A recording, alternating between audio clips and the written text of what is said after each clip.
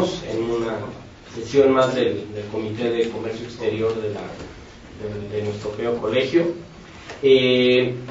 Este día pues, nos engalanamos en las primeras ocasiones que tenemos la oportunidad de organizar un evento de manera conjunta, de manera patrocinada por las firmas Bryan y Ford Wright, que nos han apoyado en traer pues, a un personaje muy importante, con una impresionante trayectoria en materia de comercio internacional y aduanas, tanto en Estados Unidos como a nivel mundial. Les Glick es un abogado postulante. Su currículum es quite impressive, es bastante impresionante. Entre las cosas que se pueden comentar o destacar, pues son un sinnúmero de proyectos multinacionales para corporaciones también multinacionales con el CBP, colaborando con el CBP, de reestructura, de atención de auditorías. También ha sido asesor del Comité del Congreso on Trade and Customs, y ha participado pues muy activamente con el mismo Comité de Trade de los Estados Unidos de América. Su experiencia es vasta, por eso es que incluso con cierta premura, pero no quisimos dejar pasar la oportunidad de que nos acompañara en este evento.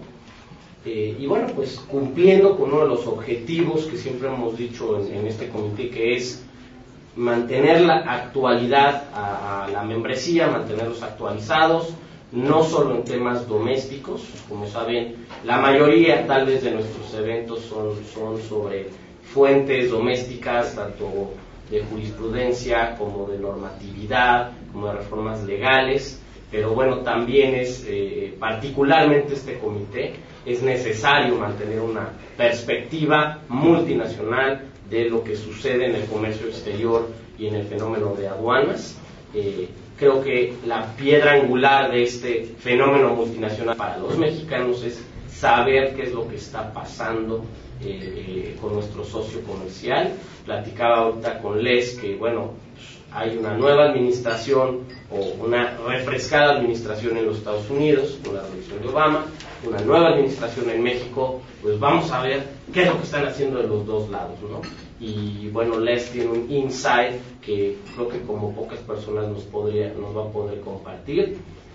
Voy a cambiar ahorita a inglés. No sé si nuestro presidente quisiera dar un comentario. Nada más, no, adelante. Simplemente aprovechar para dar las gracias por su presencia, dar por supuesto la bienvenida a nuestro invitado, Les. We're very glad to have you here. Al mismo tiempo, para dar las gracias a nuestro supercoordinador del Comité de Comercio Exterior, Armando Ali, y Ricardo Romero, por su amabilidad y por su gentileza en organizar eventos muy interesantes, y sin duda a nuestros patrocinadores, a Brian González Vaz y a Portugal. Dentro de los simples avisos que yo quisiera dar y aprovechar para hacer, era simplemente decirles que seguimos con las reuniones de los 21 comités que tenemos. Tuvimos reuniones prácticamente todos los comités el mes pasado. Yo los invito, sobre todo los movimientos que ha habido ahorita en materia de telecomunicaciones, a que sigan contribuyendo a estos. Y simple y sencillamente hoy tenemos una junta de consejo que va a ser muy importante. Vamos a tener aquí una NADE, vamos a informar mucho de las nuevas, de qué es lo que está pasando con la ley de amparo, que ahorita está en el Senado, cuáles son los movimientos que vienen en telecomunicaciones, cómo se están dando también ahorita las expectativas en materia de comercio, competencia económica, en fin, movimientos que hay. Tuvimos nuestros eventos, por supuesto, el protocolo de Madrid. Dentro de lo que ahorita les puedo decir de eventos que vienen, seguimos con lo de eventos en materia de, tenemos un evento que va a ser del Comité Anticorrupción y Lavado de Dinero, que es un evento de casinos, disposiciones legales, prevención sobre lavado de dinero, donde va a estar el maestro Carlos Vizcaíno Higuera. Es importante porque estamos dando seguimiento al evento que tuvimos respecto a la discusión que se dio con los tips para las empresas, sobre todo en los casos que se han dado de corrupción recientes que se hizo hace 2 semanas. Tenemos un evento también de reforma laboral en Monterrey con la de pasantes. Hemos tenido un evento de avances de la ciencia a niveles de competitividad de materia de propiedad intelectual, donde viene René Drucker, Jorge Amigo, el exdirector del INPI y el director del INPI. Entonces simplemente dar esos pequeños avisos, que es mi trabajo dárselos, invitarlos a seguir participando activamente y felicitarlos por el evento que se organizó el día de hoy. Cambio al inglés. So with no further ado, Okay. Okay, thank you. Well, before I begin my speech in English, I would just say a few words of thank you en español. Para mí es un verdadero placer. Tengo la oportunidad para presentar esta ponencia ante este distinguido grupo de abogados de ANADE. Y gracias a José Juan Méndez y Armando de Lille por la invitación. It's basta por español, because if I continue with my speech in español, probably it will be too complicated. So I know all of you are fluent in English. However, again, I feel this is a great opportunity. I didn't mention this, but many years ago I was invited. This is my second time to visit ANADE. I was invited, I suppose this shows how old I am, but to your 14th Convención de Comercio Exterior in Monterrey. A client of mine was on the board, and I was a speaker there. Mm-hmm. And boy, things have changed a lot in those 30 years or so between what was going on in trade and what's happening now. In those days, there were many, many dumping cases against Mexico, and it was even before NAFTA. And so it's interesting to see the changes that have taken place. Today I'm going to talk about the new Obama administration and what is their trade policy, if they have one, and where is it going. I have to thank Licenciado Gonzalez Vaz, if he is here, for this idea, because he was visiting me in Washington, and he said, you know, we really ought to do some sort of program. U.S. has a new president. Mexico has a new president. I think this is the first time in many years we both have a new president at the same time. We ought to see what is the changes that's going to take place. And I think when he was up there, we weren't sure who our new president was going to be. If it was Romney, my speech was maybe going to be a different speech. As you'll see, perhaps I'm a little bit critical of the direction of the Obama administration in the trade area. Romney had some big plans for initiatives with Latin America that are somewhat different than the emphasis from the Obama administration. So first I'm going to talk a little bit about what is the U.S. trade policy and where are we going. As I mentioned, Obama, and you'll hear this theme through my speech, much of his support for re-election came from the labor unions. And as we know, the labor unions, at least in the United States, tend to be more protectionist. They're looking to protect jobs. They're not particularly in support of NAFTA. They're against outsourcing. I think it's not too different in Mexico. I know you had candidates here during your elections that were anti-NAFTA, but were not successful. So this is an important place to sort of begin. Interestingly, if you go back to 2008, when Obama was a senator and running for president in the primary, and Hillary Clinton was a senator running in the primary, both of them were anti-NAFTA. They said, if we get elected, we're going to repeal NAFTA. Well, sometimes you say things, the rhetoric in a campaign, and fortunately, when you get elected, the common sense prevails. And now both of them are not trying to revoke NAFTA, although I can't say they're the strongest supporters. At least we're not seeing any official anti-NAFTA positions from the administration. Although if you watch the Congress closely, like someone like myself in Washington that takes a look at all the new bills introduced, we have some congresswomen like Marcy Kaptur from Cleveland, who every year introduces 1 or 2 bills that we should withdraw from NAFTA. Under the treaty, any party, I believe, can withdraw it with a 6 months notice. And there's a certain segment in Congress that would like to do that. So anyhow, that's sort of a background of where we are. I think we will see that President Obama has not really taken too much initiatives in the trade area compared to predecessors. Former President Bush was the force behind a number of free trade agreements. And in your country, you had Carlos Salinas initiated many trade agreements. Now we're seeing basically, if you recall during the last year, there was 3 free trade agreements that had been negotiated before Obama with Colombia, with Panama, and with Korea. that never were ratified by our Congress. This was a big embarrassment, really, for many people, that these agreements were negotiated and were sitting there and were not getting negotiated. Most of the impetus to ratify them came from the Republican Party. But the Obama administration at least made an effort to try to get them to be ratified, but it took a long, painful process. I was somewhat involved with this. The Chamber of Commerce in the U.S. had a Latin American Trade Coordinating Committee where various groups, government, private, would get together and talk about how do we get these agreements passed. And eventually all of them were passed, but not without a price. And again, I think this is sort of typical of maybe where the U.S. is going in the future. Although there was strong support for the Colombian agreement in the business community, the U.S. had a lot of exports that they could send to Colombia, agricultural products. The price that the Colombians had to pay to get this agreement ratified was to make some changes in their labor law.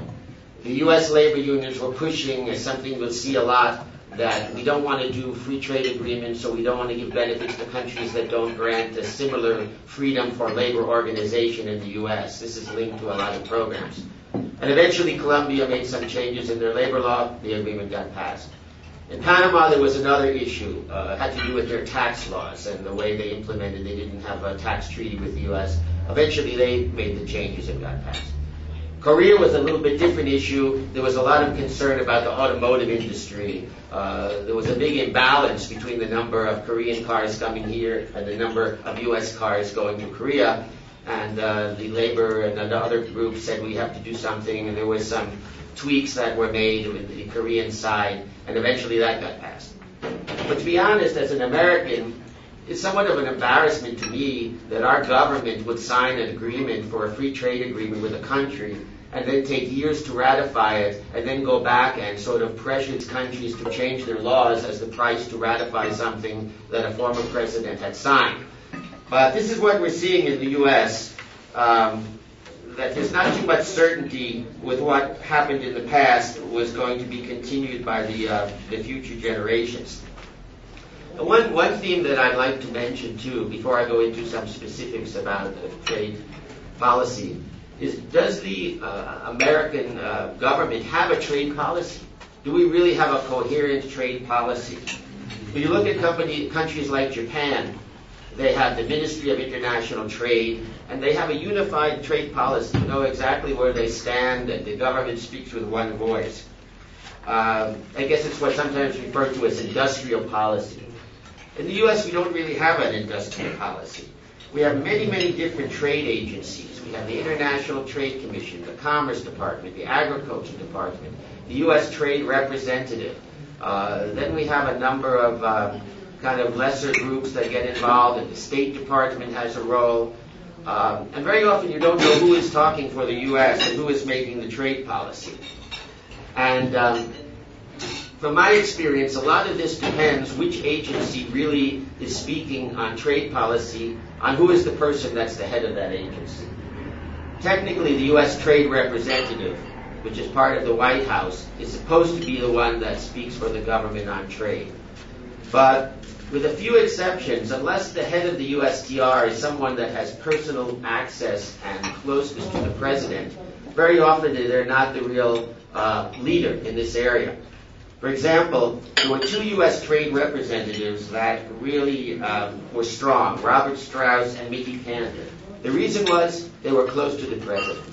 Mickey Cantor was the campaign manager for President Clinton, and he had his ear. So when he was there, even though he knew nothing about trade, he got things done because he was close to the president. Now we have a guy, I should say now because he's leaving, the current U.S. Trade Representative Ron Kirk, kind of an obscure sort of guy. He was the mayor of Dallas, not someone that was well known, not particularly close to the president, although the good thing is that he was a supporter of NAFTA, having been mayor of Dallas and from Texas. At least he was a pro-NAFTA. He's on his way out. I thought I'd give you some of the ideas about who is running for this position to be the new U.S. trade representative based on various rumors that are going around Washington. One of them that I think would be very good is Francisco Sanchez, Undersecretary of Commerce. I believe he would be the first Hispanic American to be a U.S. trade representative. And as Undersecretary of Commerce, I think he would know a lot. Whether or not he will get the job, I'm not sure. There's also some talk about Daniel Tarullo, a Georgetown University professor. He was an Assistant Secretary of State for Economic and Business Affairs under President Clinton. Other candidates include Mike Wessel, former aide to the former House Democratic leader Richard Gephardt, and a member of the U.S.-China Economic and Security Review. And another candidate who is a woman, there's been a lot of talk, not enough women in the Obama cabinet. She might have a good track, Lael Brainard. She was an international economics advisor to the Obama administration. And importantly, during the elections, when there was trade issues, she was the spokeswoman and the person that represented Obama in debates on trade. So a lot of people think that she has a chance too. So anyhow, all of these people are possibilities, and depending on the person, it might have an influence on where we're going. Now, in addition to the people involved, the influence of the agencies sometimes shifts around. If you look back in history to 1789, when the United States first was beginning to be formed, the Treasury Department was probably the most important agency when it came to trade issues. They had customs, tariffs, and tariffs in those days meant something as a revenue-raising issue. Today, you know, after all the WTO negotiations, the average tariff is only 3%. It doesn't raise a lot of money. And as you know, Treasury has lost all of these functions. After September 11, 2001, they moved all of the customs people out of Treasury into Homeland Security. Now, personally, I'm not sure this is a very good thing. A lot of you who deal with customs, you know these guys, they're running around with guns and uniforms. They're not exactly the people that understand all the trade issues and trade policy. They are enforcement people. And right now, a lot of the customs people are very much concerned with terrorism and things of that nature. And that's okay. We do have that CTPAT, Customs Trade Partnership Against Terrorism. A lot of my clients belong, Mexican companies are, in addition to U.S. and Canada and Mexico are the only countries that can be in the CTPAT. But at the same time, it's taken somewhat, in my mind, the emphasis away from the trade functions of customs, more to this enforcement kind of paramilitary kind of emphasis. And many of you have read about this so-called sequestration, where the U.S. sort of cut back on the budgets of all the government agencies. This just happened March 1st. I guarantee you, when they cut back in Homeland Security, they're going to be cutting back on the administrative people, the import specialists, and the people behind the scenes, not the guys with the guns who are at the airport. So again, that could slow down the flow of commerce. You might, right now, in theory, it takes 30 days to get a customs ruling. Although in practice, what they do now, they have a 30-day deadline. They send it back to you on the 29th day and ask some more information, and then when it comes back, they say the 30 days start over again. Same here. But after this new sequestration, it's probably going to take 6 months to get a customs ruling, because they're going to say we don't have as many people, and it's going to go. All of that can be bad, I think, for trade and flowing of free trade between U.S. and Mexico. And one of the things that makes U.S. trade policy particularly confusing, any of you that have had cases in the U.S. know we have the International Trade Commission that hears these dumping and countervailing duties cases on injury, and they also do the safeguards case. The U.S. International Trade Commission is an independent, bipartisan agency. They have 6 commissioners, and no more than 3 can be from the same party. So basically, they're really accountable to no one. They can have one policy, and the International Trade Commission can be entirely different what the President and Secretary of State are doing.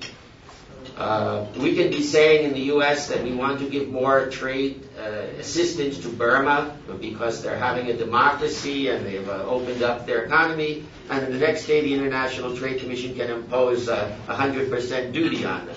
A lot of people think this makes no sense, that there's no real coordination between different branches of the government.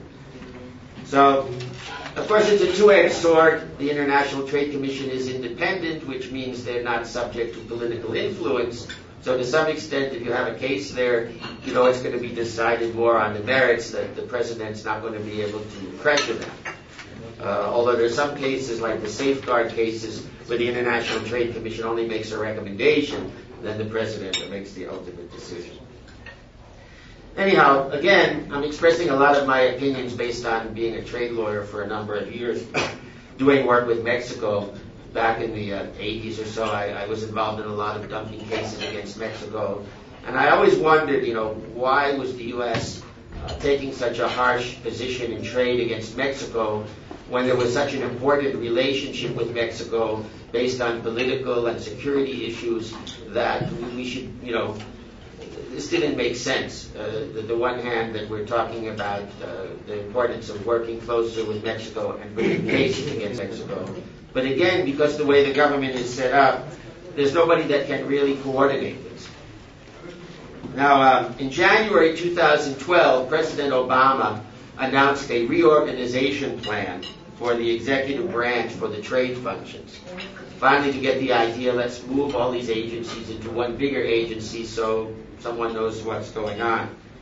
He was going to take the Labor Department, Bureau of Labor Statistics, the Commerce Department, International Trade Administration, the Bureau of Census, the Export-Import Bank, the Small Business Administration, and the U.S. Trade Representative, and put them into some super agency.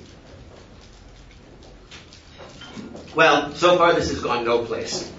The first thing that happened is that the USTR, which is now part of the Executive Office of the President, considered themselves more prestigious and didn't want to be lumped together with these other agencies like Commerce, and there was a lot of people that lobbied on behalf of USTR to keep them out of this.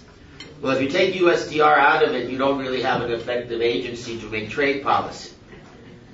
And then there was some wondering, they didn't include customs, they didn't include the foreign inspectors from FDA.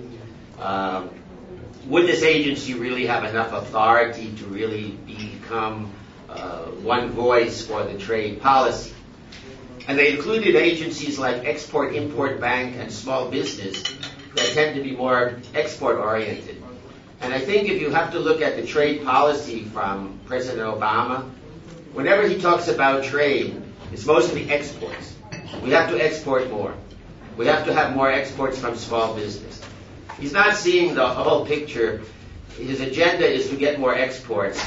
And there's a lot of comments that you'll see President Obama or administrative officials say, the U.S. has been successful in expanding our exports. We're exporting more to China than we ever did before. Well, this is true, but it's only half the picture. We're also importing more from China. The more we export, it's never catching up with the amount we're importing with countries like China. So a lot of this is sort of political rhetoric, really. It's very popular now. The economy is stagnant to say we have to export more and we're going to stimulate exports. But no matter how much we're doing it in the U.S., it doesn't seem to keep up with the growth in imports. And we have one of the largest unfavorable trade balances that we ever had in history. So where are we going now in the future? I don't think we're going to see a lot of bilateral trade agreements anymore like we did in the past. The one trade agreement that seems to be moving somewhat is the Trans-Pacific Partnership, the TPP. And I'm sure that's a lot of talk about that in Mexico. The TPP is somewhat of an unusual kind of trade agreement because in the past they tended to be regional, NAFTA, CAFTA. This is a trade agreement which started out with U.S., Vietnam, New Zealand, countries geographically apart, different levels of development. Of course, Mexico and Canada wanted to be a part of it, which makes sense and now they are part of it. But this raises some questions. What does this mean to NAFTA then if Mexico and Canada are now in the TPP? Suppose there's different rules in the TPP. Some people say that there's going to be a push from the U.S. because of the labor movement to have tougher links between labor and environment than are now in NAFTA. So you might see the TPP have some rules that are different and more strict than what's in NAFTA. There's also, we were just talking before, there's a lot of opposition to the TPP too. They had some negotiations in some conference center in Leesburg, Virginia, and there were actually demonstrators picketing them, saying, why is all this in secret? Open up, let us see what this agreement is. So it's not exactly the most popular agreement in the U.S. because people don't know too much about what is in it, and people are sort of fearful. I know one group that I do some work for that is kind of concerned are the dairy industry, cheese and milk, because you start bringing in countries like New Zealand that are big exporters of these products and you remove the duties on these, it could really hurt the U.S. Dairy industry. I'm sure Mexico has some concerns about these kind of things too. So I don't think the TPP is going to go as smoothly as people feel it's going to be.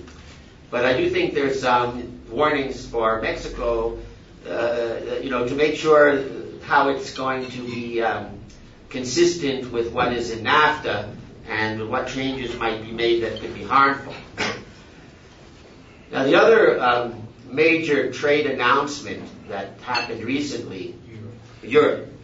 It took people by surprise that President Obama even mentioned this in his inaugural address, that he wants to have a free trade agreement with Europe. This again is a very big undertaking, and no one is quite sure where it's going to go. But again, as someone that's involved with NAFTA, it kind of worries me. What does all this mean to NAFTA? Okay, Mexico has an agreement already with Europe. Canada is negotiating with Europe. Now, if the U.S. negotiates with Europe, when NAFTA was first created, the whole idea with NAFTA was to build a strong northern hemisphere trade bloc to compete with Europe. So they remove the internal duties between U.S. and Mexico and Canada. We can get stronger here and more competitive with Europe and Asia. Well, now if Europe is getting the benefits in all these agreements and everyone has an agreement with Europe, it kind of wonders what is the goal of NAFTA anymore? Is NAFTA really going to mean much in the years ahead? If everyone has an agreement with everyone else, it's almost like a mini WTO. And of course, the WTO, as you know, the World Trade Organization, is losing a lot of its prestige. That's why we're seeing all these bilateral agreements, because pretty much they've been stagnated. Nothing has happened for a long time. The Doha round is not moving. Many of you remember they had a big ministerial meeting in Cancun a number of years ago. Europe had big expectations, and the so-called BRIC countries, Brazil and India and China, pretty much torpedoed it. They said, we don't want to talk about what you want to talk about. Let's talk about agricultural subsidies in the U.S. and Europe and how this hurts Brazil and China. So, in my opinion, the WTO is becoming weaker, and something like a U.S.-EU agreement is going to make it even weaker. And I'm not sure what it's going to do to to Mexico and NAFTA. So again, this is something that we need to kind of keep a close eye on where it's going and what type of kind of relationship this EU agreement is going to have with what's already in NAFTA. One of the things, too, that's interesting is Europe, and I've learned this recently doing some work for U.S. clients exporting to Europe, in many ways has stricter regulations than the U.S. They have this REACH program. I don't know how many of you have tried to export to Europe, but they have all of these standards and requirements. Somewhat, similar. U.S., of course, has technical standards. You have your normas and norms and things. But I'm not quite sure how all of this is going to be harmonized. Again, the U.S. may find that it must change its standards to be consistent with the European standards. These may be different than what's going on now with Mexico and Canada. So I raise all of these as just potential things to be thinking about. as we're going ahead in the future. So just to summarize, I don't want to take too long, and I know some of you might have questions, but what do I see ahead for the Obama administration? Well, I think they're committed to the TPP. Whether the TPP is really going to be successful is hard to say, but Mexico and Canada are definitely in. Japan wants to be in. I think the U.S. is kind of cool to Japan being in. They seem to be starting to make some groundwork to include Japan. How is this going to affect existing commitments that exist between countries under NAFTA and other agreements? The U.S. free trade agreement with Europe, that's going to be kind of moving ahead on the agenda. I really doubt we're going to see very many bilateral free trade agreements anymore with the second Obama administration. I think we're going to see more protectionist sentiment in the U.S., particularly if the economy stays the way it is. There's more infighting in Congress. And some of this is going to hurt Mexico. There's been some proposals to limit outsourcing, for example. Maybe penalize them in the tax area. And this potentially could hurt the maquila industry, not just with manufacturing, but also with services, all of these call centers and coupon processing in Mexico. If the U.S. continues along this direction, I think it's going to tighten up the business available for Mexico. Already there's this sort of kind of creeping Buy American type of sentiment where companies are advertising how proud they are that they moved their operation back to the U.S. They used to be in China. So far I have not seen too much with Mexico. And it's also, I've seen also some companies moving back to Mexico from China too. People are finding China is not the paradise that they thought it was. Wage rates are going up and a very difficult, unpredictable legal system. And then I think a lot has to do with who's going to be the new trade representative. I think that if Undersecretary Sanchez becomes the U.S. trade representative, I think that would be a good thing for more of a focus on trade in the Western Hemisphere and in Mexico, where the emphasis in the past has been maybe going in different directions. So that's all I really have to say. If you have any questions, I'd be glad to talk to you about it. Also, kind of fortuitous, right before I left, I saw this 360-page report, the U.S. government on the trade policy for the future. I don't have time to go through it, but any of you want a copy, I'd be glad to send you a copy. It goes through a great deal of technical analysis of all the different trade initiatives in the U.S. and what's happened and what's going to happen in the future. It's available online? I believe so. I can send you a link. I don't know. Yeah. Oh, great. Okay, well, thank you very much. Thank you.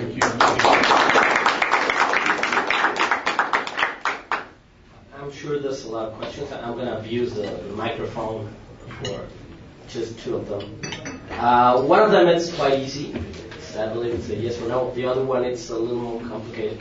First, as you know, there's a similar mechanism in Mexico in place like CTPAT.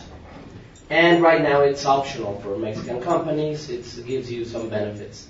The warning wind is that the U.S. is going to push and push, so the Mexican custom authorities are going to enforce it in a mandatory manner. My first question is, you think that it's something foreseeable in the near future, or it's just gossip? No, I think the one area that customs might be active is in like CTPAT and these memorandums of understanding and cooperation with the Mexican NEC program. They seem to be devoting a lot of their money and resources to these kind of programs because they tie in more with security concerns.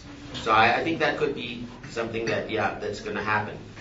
I will tell my clients it's not an if, it's a when. Uh-huh. And second one, and I think some of the audience will share it, it's a little confusing for me.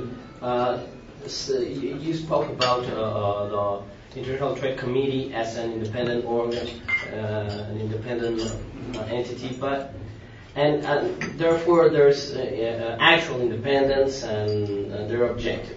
If you get merits of your case, And then you see things that like the tomato case, where a lot of the agriculture and growers influence the decisions. So it's a little confusing for me. Where are we standing on anti-dumping with the U.S.? Yeah. Is there objectiveness, or it's as inconceivable? Let's be real. That's a good question. I'm glad you raised that. Unlike Mexico, although both countries are members of the WTO anti-dumping code, in Mexico all of it is in one agency. In the U.S. we have bifurcated at two. We have the International Trade Commission that does the Daño injury test, and we have the Commerce Department that does all of the technical dumping margins. The ITC is very objective and nonpartisan. The Commerce Department is an arm of the administration. They're the ones that are the bad guy in the tomatoes case. There was an agreement. The U.S. tomato producers wanted to end the suspension agreement. The Commerce Department could have said no, but they said yes. And they reopened the dumping case. And I think, unfortunately, all of this Obama administration emphasis on, trade balance and exporting, all of this is centered on the Commerce Department. Their agenda is somewhat less, shall we say, less unbiased, So I wasn't going to discuss the tomato case because we could spend the whole morning on it, but it seems to be moving in the direction of conclusion. What the conclusion is going to be higher prices for everyone on tomatoes. So to me, that's not necessarily a good thing for U.S. consumers. The real winners are the producers, I guess, but the consumers are going to lose. It was never, it's not going to be an actual dumping analysis. No, they agreed to raise the price to a price point. Yeah. This would be illegal under the antitrust laws, except it's being done with a government stamp of approval, so they get away with it. Sorry, but let's move to your questions.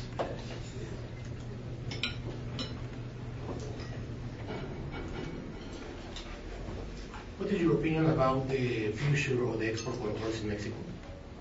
Export controls in Mexico? Yeah. From the U.S. to Mexico? Yeah. It's an interesting question. And generally, the U.S. has been toughening the export controls. And but they're also doing some reorganizing. Because right now that's divided between Commerce and State Department. And no one really understands the U.S. export control law. But on the other hand, the friendly countries like Mexico, which are low-risk countries, they're having more kind of general licenses, where, for countries that we know are allies, there's less risk, so they're trying to cut out the red tape. Where it's getting complicated, from my view, is all these type of kind of virtual exports. If you take your laptop with you on a trip to Mexico, and in your laptop you have some confidential information about products that are military products, that could be a violation of the export control regulations because you have moved information. Or let's say you are a company and you have a Mexico office, and in that Mexico office there's a guy from Libya or something that happened to be working there. That can be a violation if you have a person that is from a prohibited country, even as an employee, because he might have access. So it's going to be an area, I think, we're going to see a lot of new regulations coming out this year.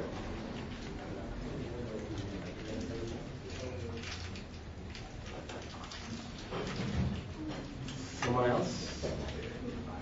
Well, actually, there has been a new issue. It's been seen as a new issue in Mexico. I don't know how it's going to affect the relationship on enforcing the free trade agreements between, especially NAFTA, where Supreme Court has decided that Mexican companies can challenge everything that Mexican authorities do in the origin audits to U.S. companies. So it's gonna weaken the position of the Mexican authorities there. I don't know if that's something that the CBP would be concerned about, or would like to have the same standards. Uh-huh. Well, just among us people here, this might be a good thing for the lawyers. It's going to make a lot of more work for lawyers, because already we're having challenges on the U.S. end and challenges on the Mexican end. We're going to be seeing a lot more activity, more people getting involved, and more new areas for lawyers to be active.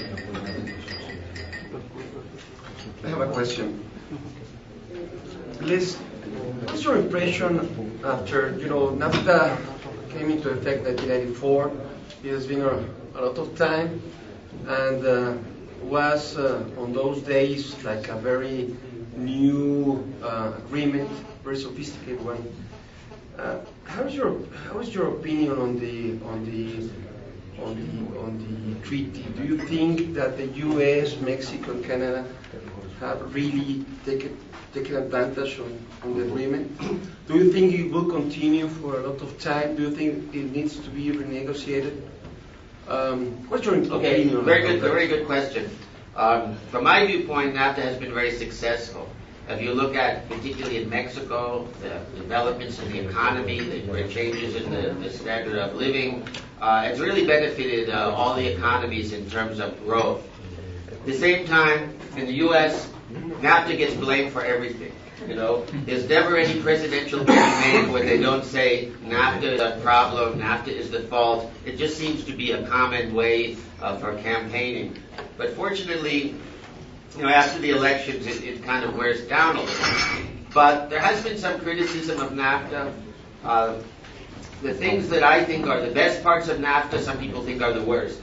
From the viewpoint of the U.S. business investors, they love the Chapter 11 investor arbitration provisions, because they're actually stronger than the domestic laws in Mexico and the U.S.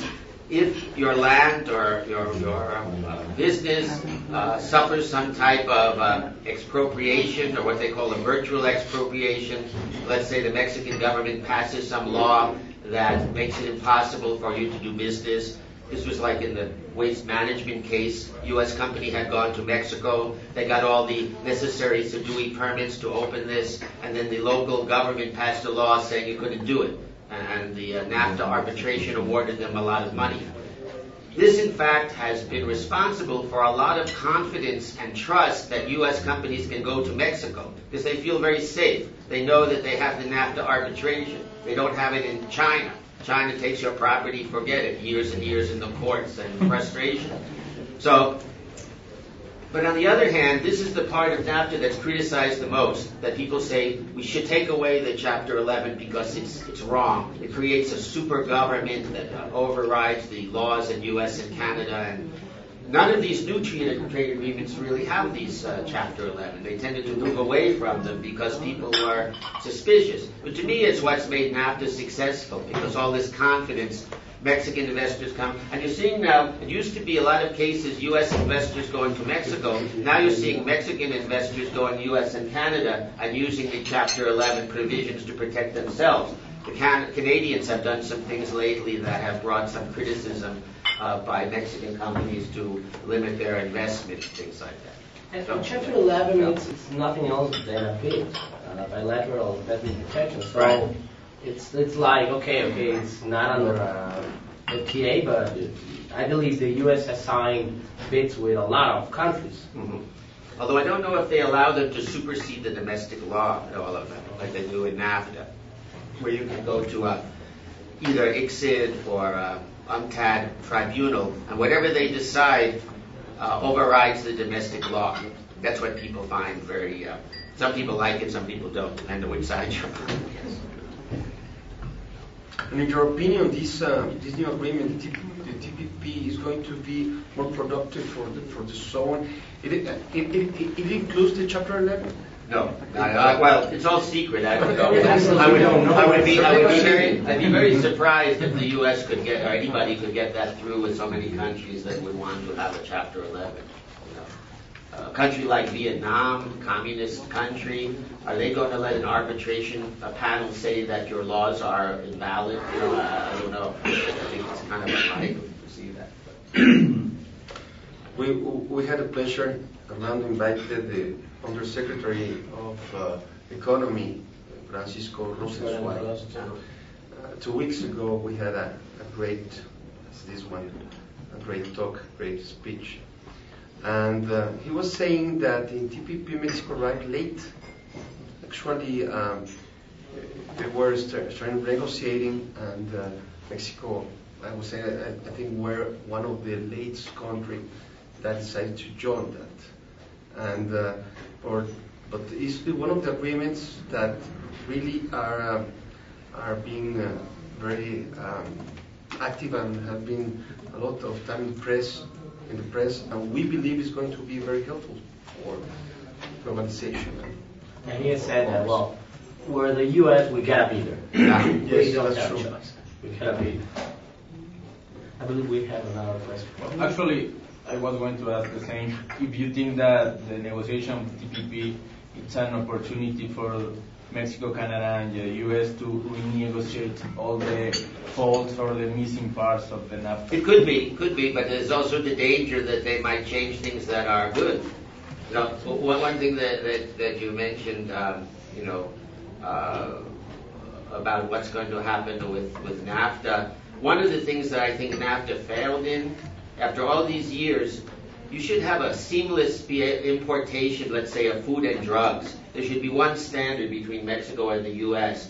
They've been working for years with these panels on these standards and stuff, but they should have worked out. So if you are approved by SEDUI, you come into the U.S. You're approved by the FDA. These are a lot of things that still can be done in NAFTA, opportunities that have not really come about that could really improve the flow of trade.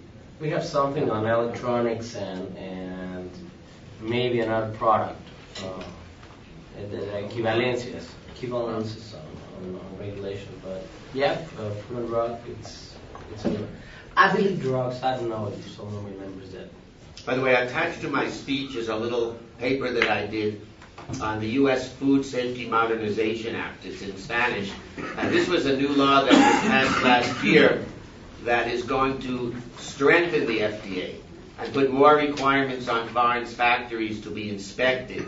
And then it's creating sort of like a CT path for FDA, something opportunity for lawyers in Mexico really to help these companies understand. They just issued the first regulations on this a few weeks ago to implement this. And foreign manufacturers are going to have to come up with plans, of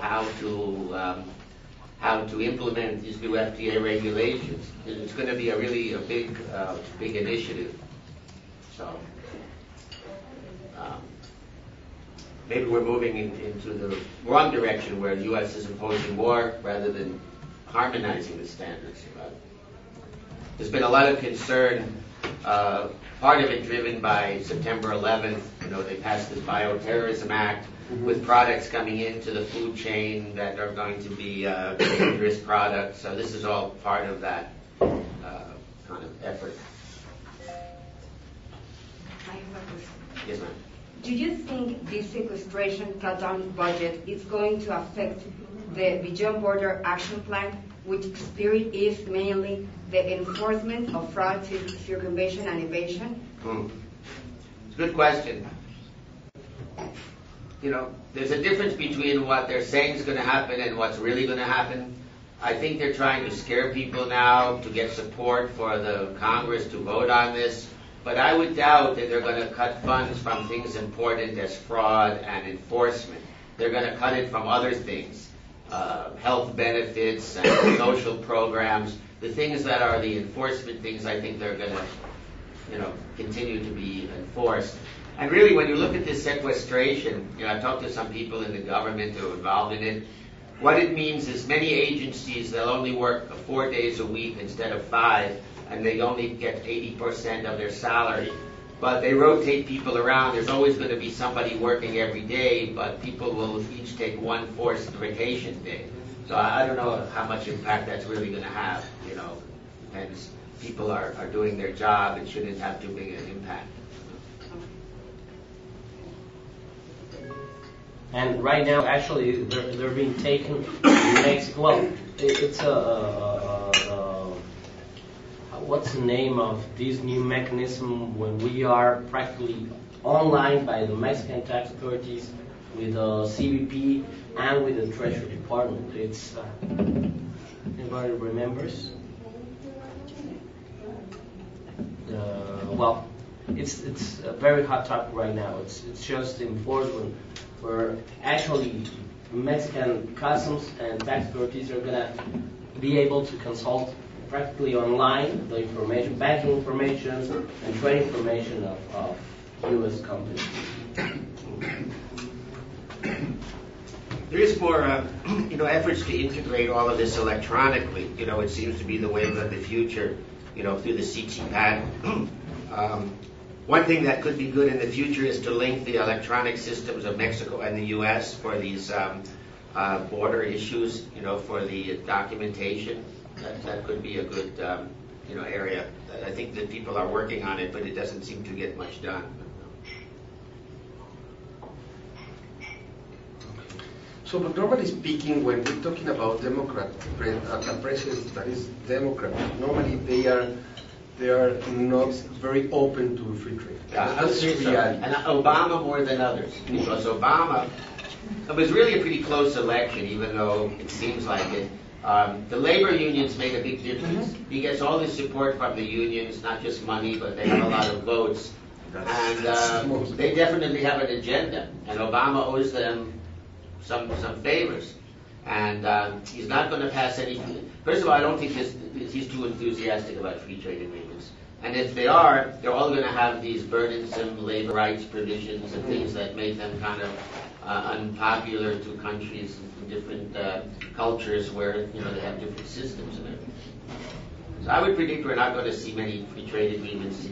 This TPP, he's only got 4.5 years left. If that gets through, that will be, I think, the only thing that we might see. And that's questionable too. But the U.S. they have been very, perhaps in treaties, you have so many, but what normally the U.S. are working very, very hard is in having, bilateral agreements. Yeah. The U.S. they prefer to choose this kind of agreements rather than international treaties. Yeah. And normally you're very active. Yeah. And Mexico has been more active. Mexico has more than anyone, I believe, don't you? We sign everything all the time. The U.S. is kind of falling behind in that bilateral agreements. And, probably I'm not telling you anything that you don't all know, but I think to some extent, the U.S. is not as strong a leader in this area as they used to be because of other groups that are taking the role. If you remember, under Clinton, they announced this grand plan for a free trade agreement of the Americas. They had a big meeting in Miami, and 56 countries showed up. It went no place. It's dead. And one of the reasons it was dead, to be honest, is Brazil. Brazil wants to flex its muscles. I didn't realize this until I went to some seminar. Brazil has a larger economy than the United Kingdom. So they're saying we need to have more say.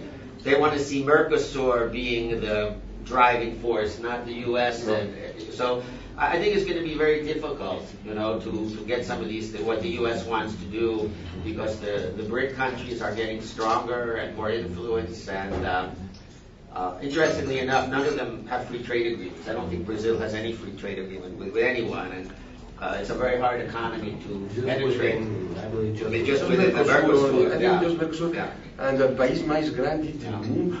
The problem of Brazil is that they believe they're very, very, very big players, and they, I think that they could be in a lag sometime. Yeah.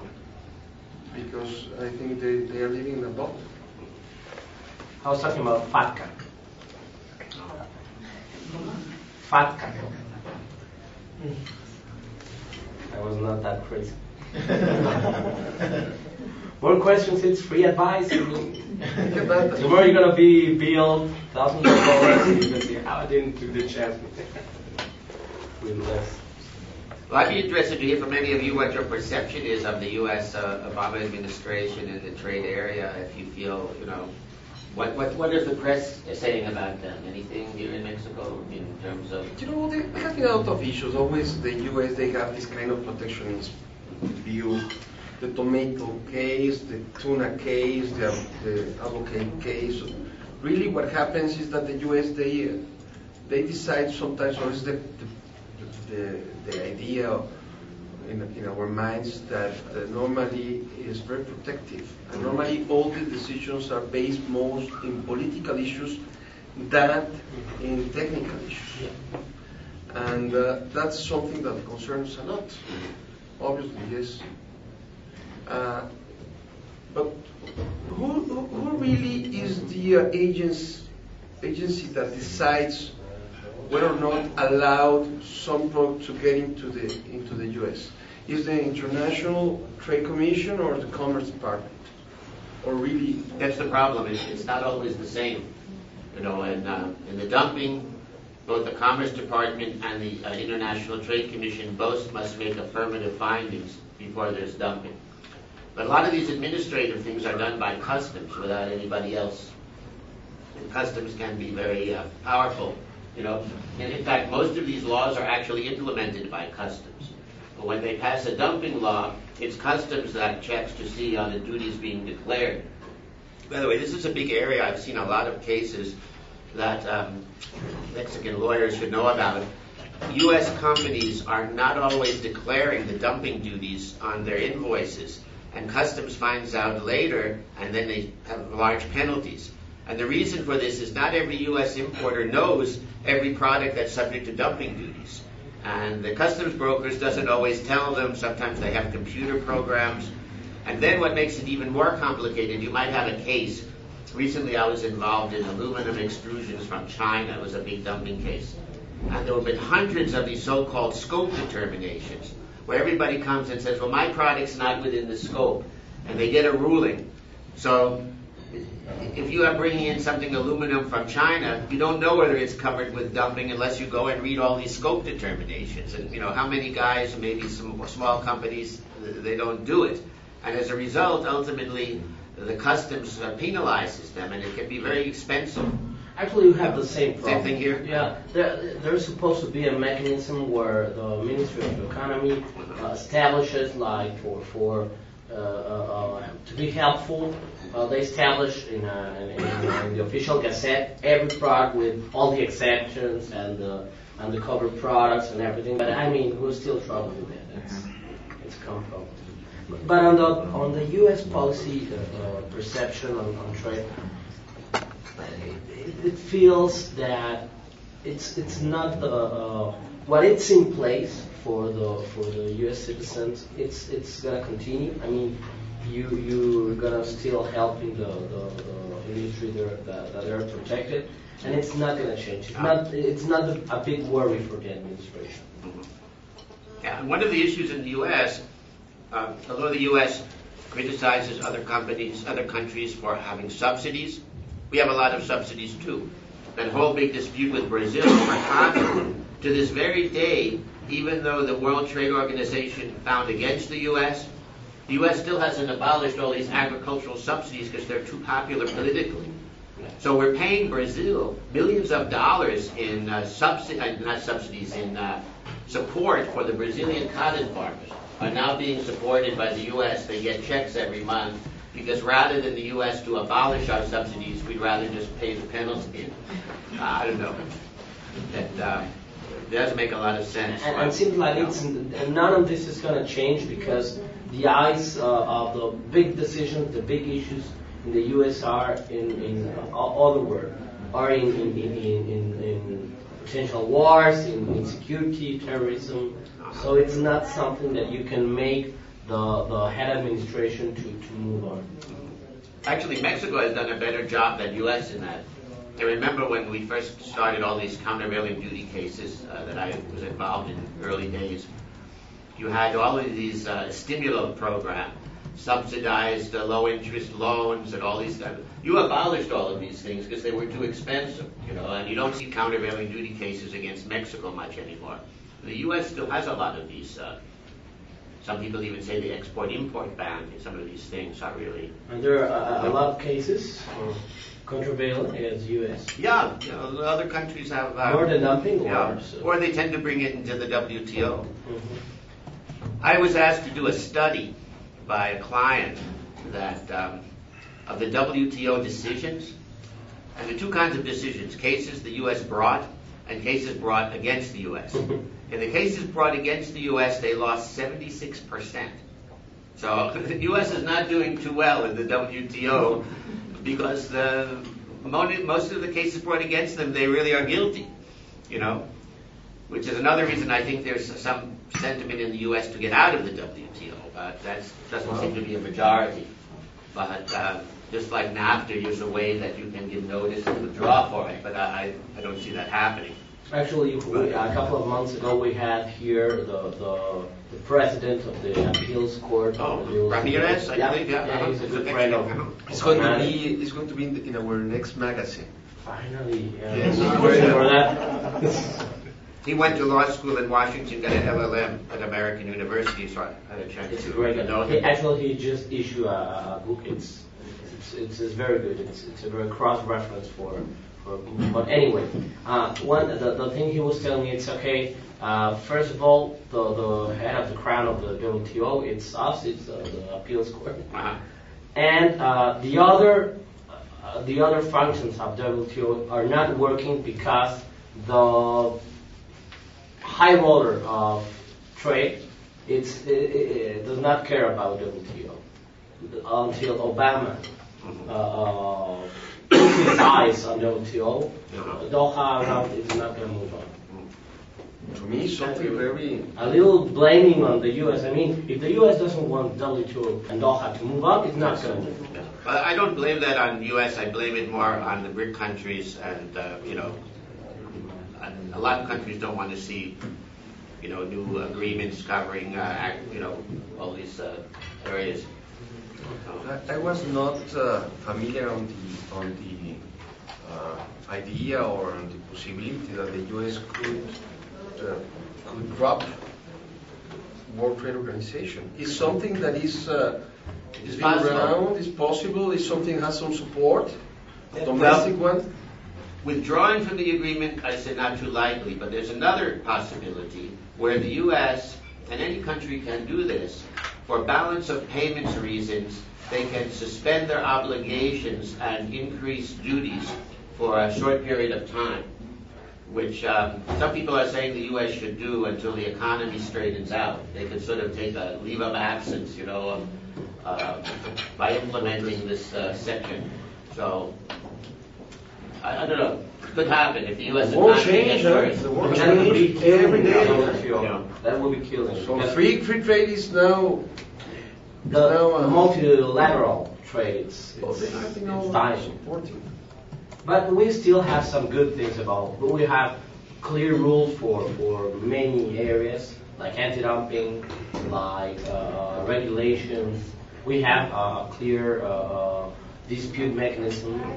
So there's some good things. But as the master of the multilateral negotiations forum, it seems to be dying. I think now sorry, there's a question? No? You have a question? Okay, sorry. Actually, when you start reading a little bit about this and you notice all the movements, for instance, when GATT came into effect with the Uruguay, the Uruguay round and the Doha round, and then the World Trade Organization, and notice a lot of anxiety of having a globalized world. And now this is, to me, very expressive. But something I notice, I do basically intellectual property, which is some way related. And intellectual property is tied in with all these agreements now. On the agreements, especially because now we are facing Mexico. We had executed the protocol management system, and there's something that impressed me, that at least on the administration of international treaties, which is some way that WIPO, the World Trade Property Organization, deals with, and in that way they gain money. Okay. The World Trade Organization used to administrate some other treaties, and not very much. My opinion on that is that the World Trade Organization is losing position. It's like not acting very aggressive on that, and that's something that I agree. They're losing prestige. I think what we're going to see more is like linking up of the regional agreements. They're already starting to do this, like CAFTA and NAFTA might recognize each other's rules of origin, so you can accumulate origin, let's say, partially from between, let's say, Mexico and partially between Honduras, and you can add them together. You know, you're going to see these agreements maybe try to reach out and links to each other. And then you won't need a WTO. You know, you're going to have 5 or 6 regional agreements that are going to cover the whole world, and they will be kind of linked to each other. Small world. Seems like And maybe no one will complain because it's expensive to support the WTO with all their staff in Geneva, and they live kind of nicely over there. It's expensive country to live. So I don't know. It could happen. You know. someone else. Well, Very interesting, huh? Let's thank a lot Leslie for this oversight, this complete, profound, and very interesting. I take away some things that I've never think about, mere comparisons with Mexican institutions versus U.S. institutions, and very first-hand information that's going to be real helpful. Thank you. Thank you. Thank you. I hope there's no one here from the newspapers, but this is my private views as a private lawyer, not the official U.S. government, okay? I don't think they would necessarily agree with a lot of what I'm saying. I would like also just to thank you, Les, to thank you in the name of the National Corporate Counsel Association. We're very proud to have you here. I think it's very interesting for all of us to know what's going on. Normally, U.S. always is a leader in these kind of issues, and we appreciate very much your view and your feeling about what's going to be on. From the bar, from the Mexican Bar Association, I would like to give you as a present a small coffee that is for you. Thank you very much. It's right here, Thank you. as well as two magazines. The latest one, which deals about the new changes on the law that we're having, and one that we prepared a little bit before about the ACTA, about the TPP, that hopefully could be for interest for you. Thank you so much. Okay. Thank you. Thank you very much. Thank you.